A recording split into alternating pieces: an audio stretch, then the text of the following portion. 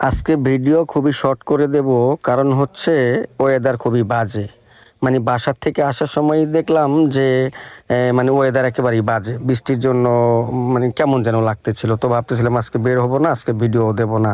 তো ভাবলাম আবার 2-3 যাবত মানে কোনো ভিডিও দেই না, তারপরও আজকে সামথিং কিছু দেই। এই জন্য আইসি দেখি আবার রাসেল চলে আসছে শোরুমে। তো রাসেল চলে আসছে, রাসেল বলতেছে চলো একটু বাইরে থেকে ঘুরে আসি। তো বাইরে যে ওয়েদার আজকে আবার ঠান্ডা, ঠান্ডার মধ্যে ভালো লাগতেছিল না, মানে মনে হয় কি শীত নেমে গেছে। যাই হোক, রাসেল দুষ্টামি করে বলতেছে আমি জ্যাকেট পরেছি। রাসেল আসলেও জ্যাকেট পরেছি আজকে, এরকম ঠান্ডা পড়ছে। তো আমি আর পরি নেই। যাই হোক, রাসেল বলতেছি কোথায় যাবা, তো বলতেছে চলো আমরা একটু বাইক দিয়ে ঘুরি, আজকে ঘুরবো, সূর্যটা জোস। মাঝখানে আবার সূর্যটা দেখা সূর্যের ভিডিওটা নিয়ে নিলাম, সূর্যটা সেই মাথা নষ্ট। তো রাসেল বলতেছিল চলো বাইক দিয়ে ঘুরবো। তো বাইক দিয়ে কোথায় ঘুরবো আর কোথায় যাব, কি করব, কই যাবা বলে আমরা আসতেছিলাম।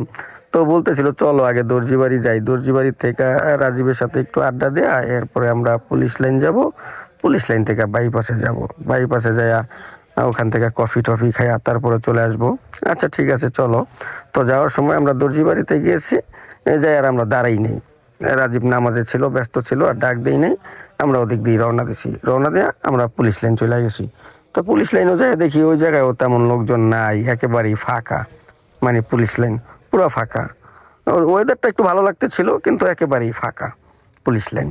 ওই যে দেখেন পুলিশ লাইন পুরা ফাঁকা, কোনো লোকজন নাই। তো রাসেল বলতেছিলাম আসো আমরা এখানে একটু বসে আড্ডা দিয়ে এরপর আমরা আঙ্গারিয়া যাই, মনরা মোড়ে যাই বা বাইপাসে যাই, যেখানে যাই। ও বলতেছিল না সামনে যায় দাঁড়াবো একবারে ইসের গেটে। এটা আবার ওর প্রিয় জায়গা, এই জায়গাটা আবার ও খুব পছন্দ করে রাসেল। সবসময় ও আসলে এখানে 1-1.5 ঘন্টা সবসময় দাঁড়ায় গল্প করে আড্ডা দেয়। আর এই জায়গাটা আমারও খারাপ লাগে না, ভালোই লাগে। যাই হোক, এখানে এসে আবার আমরা কিছু ভিডিও করছি, কিছু ফটোশ্যুট করছি, রাসেলও অনেক ফটোশ্যুট করছে।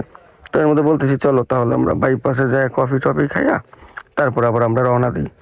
রাসেল বলতেছিল যে না বাইপাসে এখন আর যাবো না, রাজীব ফোন দিয়ে ফেলছে, চলো রাজীবের ক্লোজ হয়ে গেছে, ও আবার আমাদের জন্য বসে থাকবে, কারণ 7টার মধ্যে রাজীবের ক্লোজ হয়ে যায় ওর শোরুম।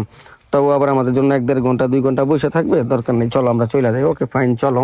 তা আমাদের আর চা কফি আজকে খাওয়া হয় নাই, আমরা দর্জি বাড়ির উদ্দেশ্যে রওনা দিয়ে ফেলছি। তো ভাবতেছি এখন যাই কি করবো, ক্রাম খেলবো প্রতিদিনের মতোই।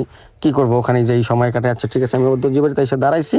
রাসেল আবার আমাকে রাইখা ও আবার চলে গেছে, ওর বাসায় একটু কাজ আছে, ও আবার এখন নিতে আসবে আমাকে।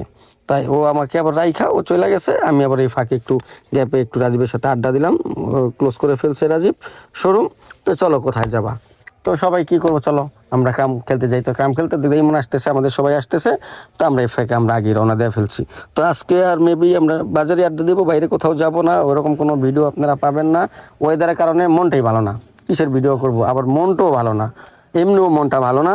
মানে কোথাও যাইতেও মন চায় না, ভিডিও করতে মন চায় না, মানে কিছুই ভালো লাগে না।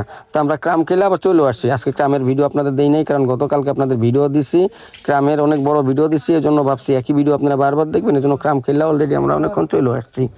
তা আসার পরে আবার শোরুমে আমরা আড্ডা দিতেছি।